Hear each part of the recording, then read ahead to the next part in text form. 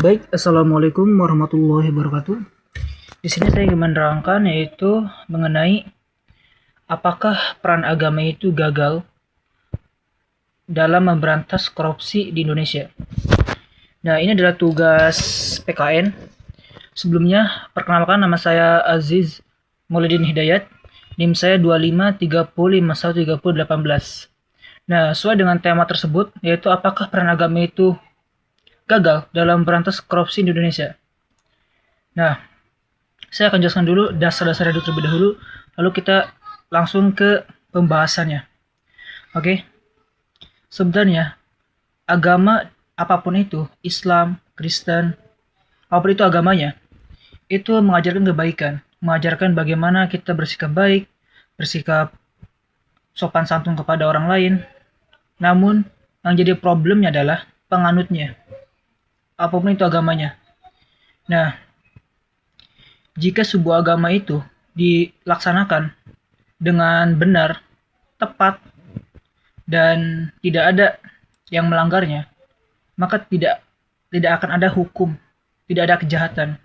Karena adanya kesalahan atau adanya ketimpangan dalam agama, penganutnya itu melakukan kesalahan, melakukan sebuah yang melanggar aturan agama, maka di sana timbullah sebuah sebab dan muncul akibat. Seperti itu. Nah, dan juga kita masuk ke pembahasannya adalah apakah peran agama itu gagal dalam berantas korupsi Indonesia. Menurut saya pribadi itu tidak gagal. Jika masyarakat Indonesia itu bisa melaksanakan sesuai perintah agama dan norma-normanya. Apapun yang agama bilang, mereka kerjakan. Apapun yang agama larang, mereka tinggalkan. Itu akan mengurangi korupsi di Indonesia. Namun jika sebaliknya, itu akan memperbanyak korupsi di Indonesia. Nah, peran agama itu sangatlah penting dalam membangun sebuah kesadaran individu untuk meningkatkan kesejahteraan dan ketenangan pribadi. Nah, apakah hal ini mengancam identitas nasional dalam sebuah hal tersebut? Ada juga dalam komentar-komentar TikTok itu, saya membaca itu di sosial media, TikTok ataupun Instagram. Nah, ada yang berkomentar begini, bahwa kita kan umat yang beragama. Indonesia adalah mayoritas beragama semua. Kenapa korupsi di Indonesia ini tidak hilang-hilang? Malah menjadi semakin banyak dan terjadi. Nah, itu komentar di sosial media yang saya temukan di platform TikTok. Nah, apakah ini mengancam identitas nasional? Menurut saya pribadi ini tergantung ya, tergantung. Kalau agama itu menjadikan sebuah peran dan penganutnya itu melaksanakan perintah agamanya dengan benar dan tepat, maka korupsi insya Allah menghilang, dan tidak hanya menghilang tapi menurunlah, seperti itu. Namun jika sebaliknya, ya itu akan mengancam identitas nasional. Dan juga ada juga orang-orang membandingkan bahwa Indonesia kebanyakan itu penganut agama dan mereka kebanyakannya beragama. Namun di negara lain seperti Jepang itu kan mayoritasnya beragamanya agama beda. Ada juga yang ateis, mereka tidak ada yang korupsi. Kenapa malah Indonesia yang seluruhnya itu berpengaruh agama pun itu, kenapa banyak korupsi? Itu heran kan? Harusnya itu kan, contoh kita sebagai muslim, kita diajarkan bagaimana kita itu menjaga sopan santun dan menjaga kejujuran. Namun pada faktanya, kita paling banyak korupsi. Bahkan ada juga kasus itu Gus Yakut kalau nggak salah, dia korupsi kota haji. Nah, itu bagaimana? Peran agama itu hilang dan dia korupsi. Dia tidak malu-malu dan terang-terangan dia. Dia seorang Gus, tapi dia korupsi kota haji. Itu tidak ada. Agama cuma masuk ke dalam pikirannya, bukan ke hatinya. Nah, saya juga ingin menganalogikan gini. Saya meminjam sebuah analogi dari Profesor Nasruddin Umar. Beliau begini analoginya. Ketika kita ada di sebuah jalan, yaitu di perempatan lampu merah, Di sana jam 12 malam, hujan, lampu merah, sepi, tidak ada siapapun. Nah, dalam hal itu, apa kita akan menaati aturannya atau kita menerobosnya? Jika agama itu lekat ke hati dan kuat spiritualnya dan kita taat, maka kita akan turut dan akan berhenti walaupun itu tidak ada orang sekalipun. Dan ada juga orang yang bilang, "Mas, kamu bodoh, itu kan gak ada orang." Nah, justru itu, karena dia telah melekat pada aturannya, aturan perundang-undangan, dan aturan agamanya, dia akan taat pada aturan tersebut. Maka yang jelas adalah, poin penting dalam hal ini adalah, apakah ini mengancam identitas nasional? Itu tergantung. Tergantung kita menyikapinya, dan tergantung bagaimana kita bisa mengubahnya, dan kita juga bisa mencegahnya. Sebelum kita ada akibat, pasti ada sebab dulu. Nah, kita cari tahu dulu sebab-sebabnya apa nih yang bikin korupsi. Kita mengevaluasi tersebut dan bagaimana caranya itu, ya kita mengubahnya pelan-pelan. Mengubahnya itu dengan sistem pembelajaran, yaitu bahwa korupsi ini tidak baik dan harus dimusuhi terang-terangan oleh seluruh masyarakat Indonesia. Dan harus jijik tuh pada korupsi itu, jijik sekali pada korupsi itu. Caranya itu ya kita memberikan pembelajaran terlebih dahulu dan harus juga ada dua, yaitu yang pertama memberikan arahan dan pembelajaran bahwa korupsi itu adalah hal yang paling menjijikan dan hal yang paling membunuh. Itu harus ditanamkan kepada masyarakat Indonesia supaya korupsi itu tidak etis dan tidak disebut korupsi. Saya tidak suka yang namanya itu ada sebuah kasus besar korupsi. Saya tidak suka pelembutan kata. Saya lebih suka katakan aja maling kan, maling. Kenapa orang yang maling ayam disebutnya maling, tapi ketika ada pejabat yang korupsi 1M, 2M disebutnya korupsi? Itu perhalusan kata, saya gak suka, sebut aja maling. Nah, ketika disebut maling, maka dia akan malu terhadap dia sendiri. Seperti itu. Ya, membuat mereka malu supaya korupsi Indonesia itu menurun. Seperti itu. Dan juga kan korupsi itu kan dapat mengakibatkan runtuhnya sebuah negara. Contohnya itu ada bangunan. Bangunan ini kan kokoh. Seharusnya itu kokoh 50 tahun. Tapi dia korupsi menjadi 5 tahun. Ya sudah, itu namanya korupsi. Maka ini juga mengancam identitas nasional dan mengancam republik kita. Korupsi harus diberantas apapun itu. Dan juga peran agama sangat penting. Nah, sangat penting sekali. Itu tergantung orangnya. Apakah ini mengancam agama itu, apakah berperan penting atau tidak dalam proses korupsi ini? Itu tergantung kita menyikapinya. Tergantung suatu pejabatnya dan peraturannya itu dibuat lebih ketat lagi lah. Lebih ketat dan supaya korupsi Indonesia itu mengurang. Saya ada tambahan yaitu kita bahas tentang ini ya, tentang masyarakat Indonesia. Sebenarnya itu masyarakat Indonesia itu teratur. Contohnya itu MRT.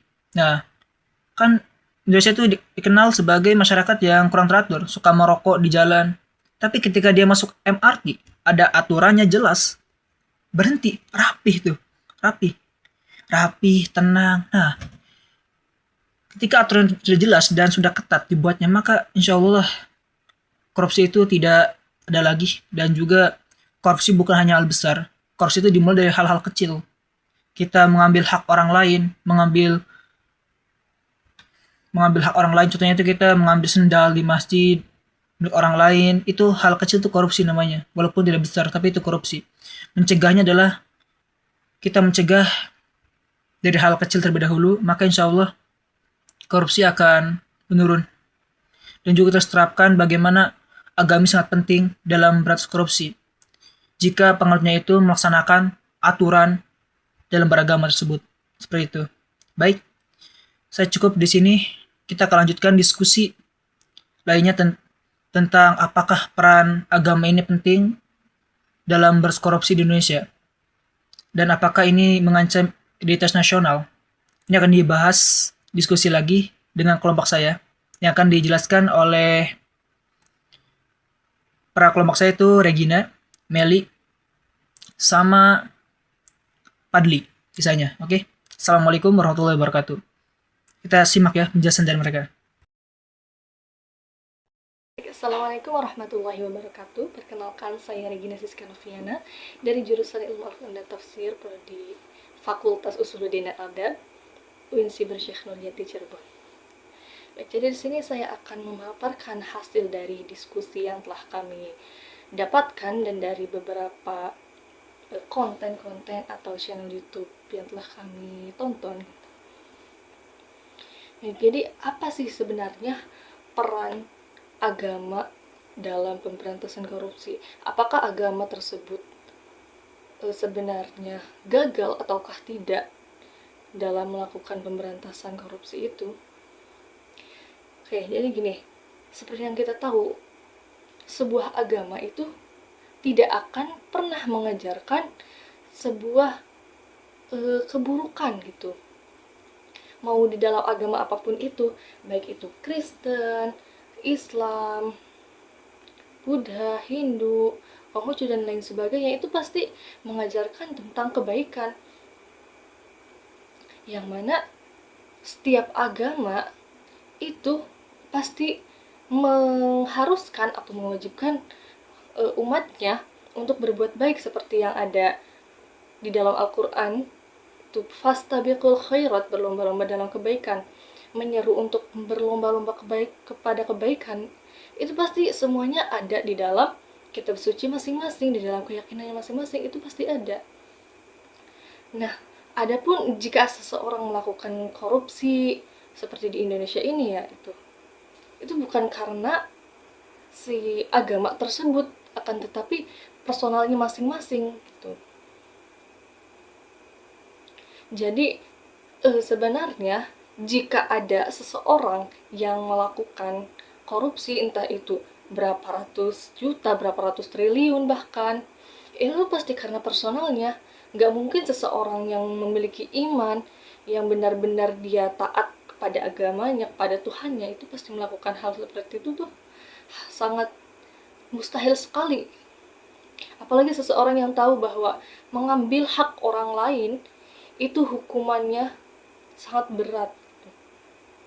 Agama itu bukan cuma sebatas untuk melarang dan ngasih tahu bahwa ini tuh nanti kayak gini. Bukan, sebenarnya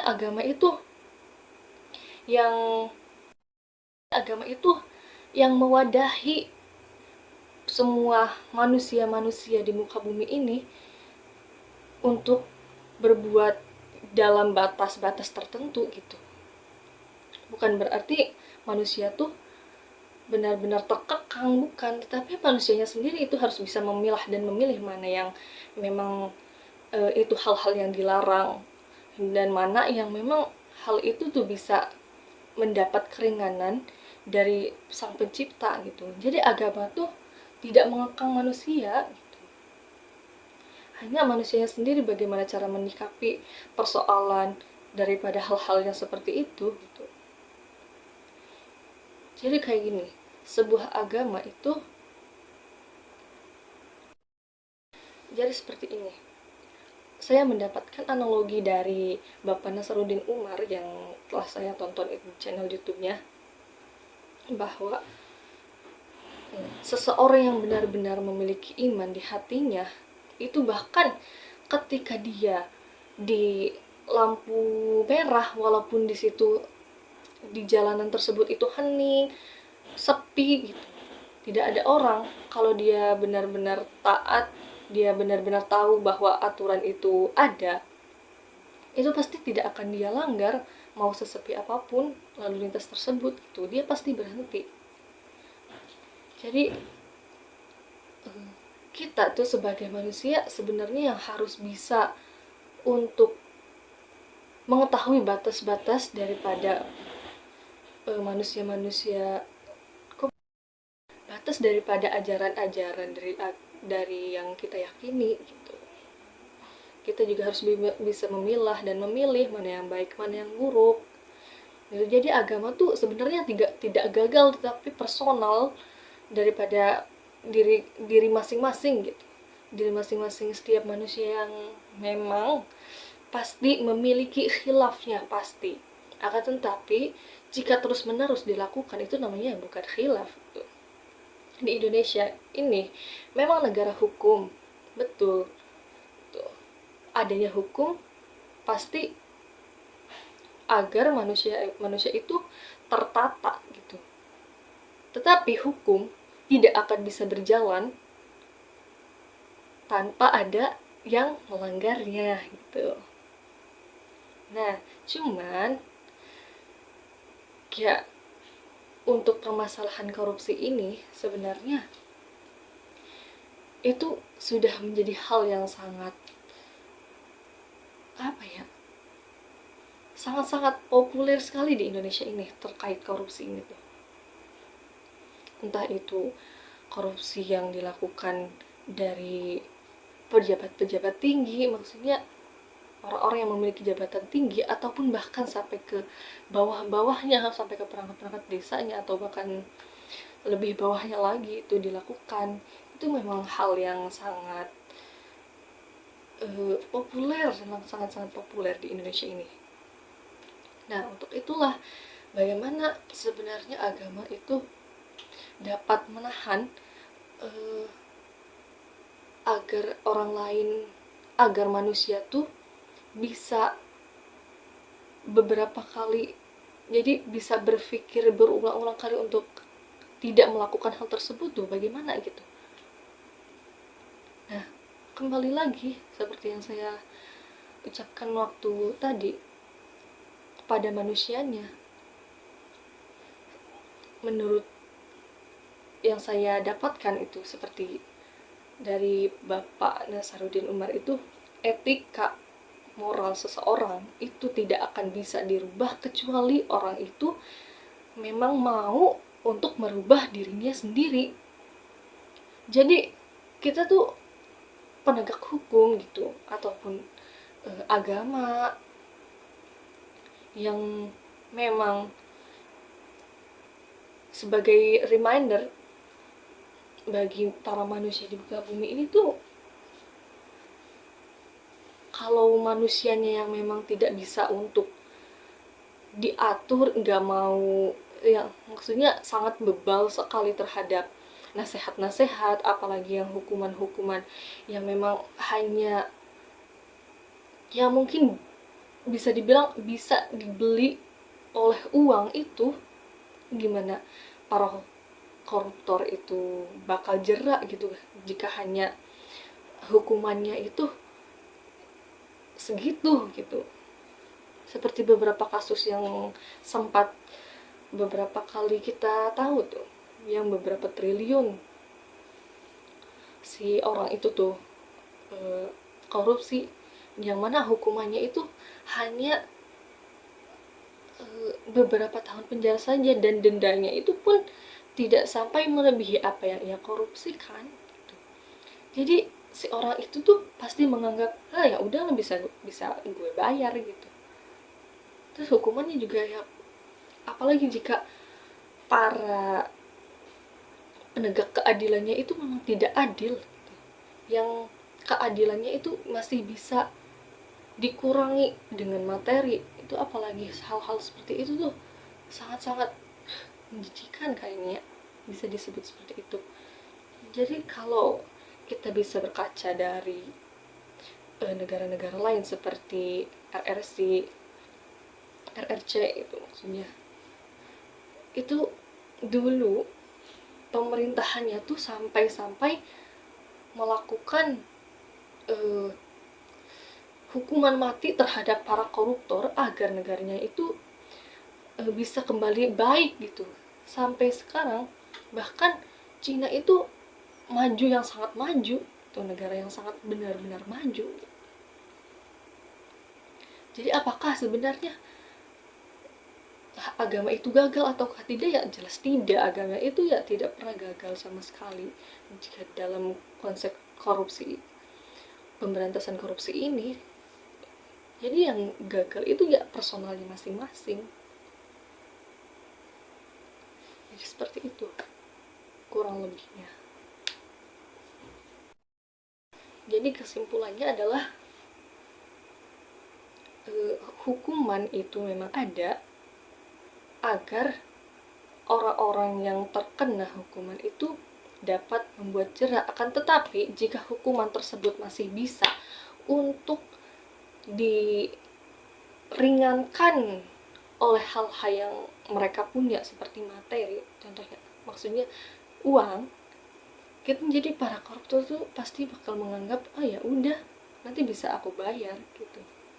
Terus agama itu sebenarnya itu bisa menjadi reminder agar manusia tuh jangan melakukan hal seperti itu gitu. Karena kan kita itu hidup bukan hanya tentang dunia saja, nanti ada kehidupan lain yang lebih kekal daripada di dunia ini gitu. Jadi ini juga reminder buat diri kita sendiri, untuk orang lain juga, bahwa melakukan hal seperti korupsi yang mengambil hak-hak orang lain itu perbuatan yang amat sangat menjijikan. Saya setuju dengan pendapat si Aziz itu, maksudnya pendapat Aziz, kelompok saya, yang bilang bahwa korupsi itu kata yang terlalu halus untuk orang-orang yang mengambil hak orang lain, sangat-sangat banyak. Berarti kita maksudnya harus dikatakan bahwa mereka tuh maling gitu, pencuri, jangan koruptor, itu kayak terlalu halus gitu buat mereka tuh. Jadi label-label juga sebenarnya sedikit mempengaruhi hal-hal terkait tentang keburukan seperti korupsi itu. Jadi apakah menurut kalian juga korupsi di Indonesia itu bisa untuk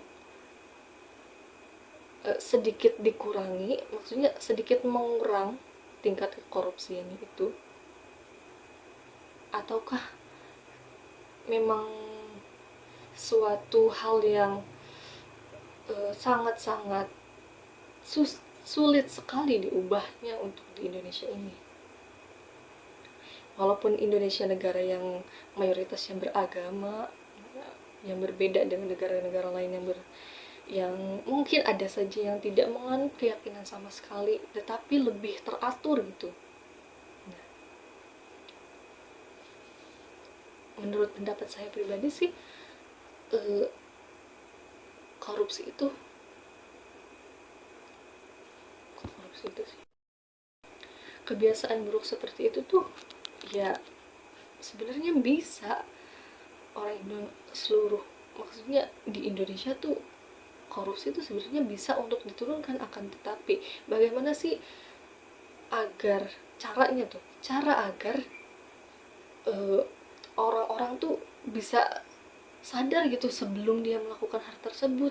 Jadi bukan hanya tentang nasihat, tetapi hukuman-hukuman berat yang lebih beratnya lagi agar mereka tuh benar-benar kapok, jadi nggak cuma cengengesan pas ditangkap oleh KPK gitu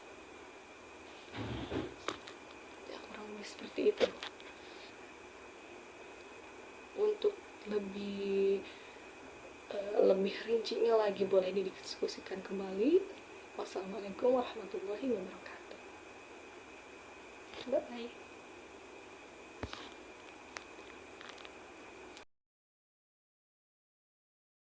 Assalamualaikum warahmatullahi wabarakatuh. Baik, di sini saya izin menerangkan mengenai apakah peran agama itu gagal dalam memberantas korupsi di Indonesia. Ini adalah tugas PKN. Sebelumnya, perkenalkan, nama saya Triwulan Meliana. NIM saya 2530513025. Saya akan menjelaskan sedikit pemahaman saya mengembalikan agama sebagai benteng anti korupsi. Masyarakat yang permisif, data BPS 2024 menunjukkan penurunan indeks perilaku anti korupsi menjadi 3,85. Korupsi ini jarak dengan ajaran agama terjadi karena umat semakin berjarak dengan ajaran agamanya yang murni. Tidak ada satupun agama yang menoleransi korupsi. Masyarakat kita sekarang makin prihatin sama korupsi. Padahal semua agama itu melarang keras korupsi. Masalahnya bukan di agamanya, tapi orang-orangnya yang makin jauh dari ajaran agamanya sendiri. Korupsi itu bikin hidup nggak berkah. Pak Menteri bilang, buat apa punya rumah mewah atau mobil banyak kalau hasilnya dari korupsi? Hidup jadi nggak tenang, dikejar-kejar rasa bersalah, dan ujung-ujungnya malah jadi penyakit, nggak berkah. Lebih baik hidup sederhana tapi hati tenang. Solusinya dan tantangan ke depannya, penyelesaian tokoh agama harus dilibatkan sejak perencanaan, bukan hanya saat mengenai dampak sosial. Padanan pemimpinnya bangsa Indonesia merindukan sosok yang satu kata antara ucapan dan perbuatan teladan. Contoh nyatanya, hukuman tegas beliau setuju kalau perlu ada. Hukuman yang bikin kapok banget, sok terapi supaya orang takut korupsi. Pemimpin itu harus kasih contoh yang baik. Rakyat itu butuh bukti, bukan cuma teori. Jadi, pemimpin harus duluan kasih contoh jujur. Baru rakyatnya ikut. Kesimpulan dari video ini, korupsi itu bukan cuma ngerusak duit negara, tapi ngerusak mental dan spiritual kita. Agama harus jadi rem paling pakem buat nahan diri dari ngambil yang bukan hak kita. Bangsa ini lahir dari kesadaran, juga ide dan gagasan kesadaran akan pentingnya kemerdekaan berdasar kesetaraan, berdasar kebinekaan. Gagasan berkembang menjadi cita-cita, membangun bangsa dan negara untuk semuanya. Gagasan membentuk bangsa dan negara bernama Indonesia. Gagasan jadi jantung yang melompat cita-cita. Gagasan membuat kita visi, memiliki mimpi, punya harapan masa depan. Wassalamualaikum warahmatullahi wabarakatuh. Assalamualaikum warahmatullahi wabarakatuh. Perkenalkan, nama saya Muhammad Wadisi. Saya mahasiswa UIN Siber Sehat di Cirebon. Saya jurusan Ilmu Al-Quran dan Tafsir. Baik, saya akan menjelaskan apakah agama itu gagal dalam pemberantasan korupsi. Sebelumnya kalian tahu kan bahwasanya di Indonesia itu banyak agama-agama yang lain seperti Islam atau Katolik, Konghucu atau yang lain sebagainya. Itu banyak di Indonesia. Nah, apakah dari agama-agama tersebut itu gagal dalam pemberantasan korupsi? Sebenarnya agama itu tidak gagal dalam pemberantasan korupsi. Yang gagal itu adalah orang yang menganutnya. Kenapa? Karena terkadang orang tersebut malah ikut-ikutan korupsi. Jadi, jangan menganggap agama itu gagal dalam pemberantasan korupsi. Nah, ketika fenomena tersebut terjadi, jangan salahkan agamanya, akan tetapi salahkan pada orangnya tersebut. Kenapa? Karena agama itu pasti mengajarkan kepada bagaimana supaya tidak korupsi dan bagaimana cara mencari harta yang halal. Jadi di sini sudah jelaskan bahwasanya agama itu mengajarkan kepada kita sesuatu yang baik, sesuatu yang halal menurut saya. Mungkin itu saja yang saya sampaikan. Kurang lebihnya mohon maaf. Wassalamualaikum warahmatullahi wabarakatuh.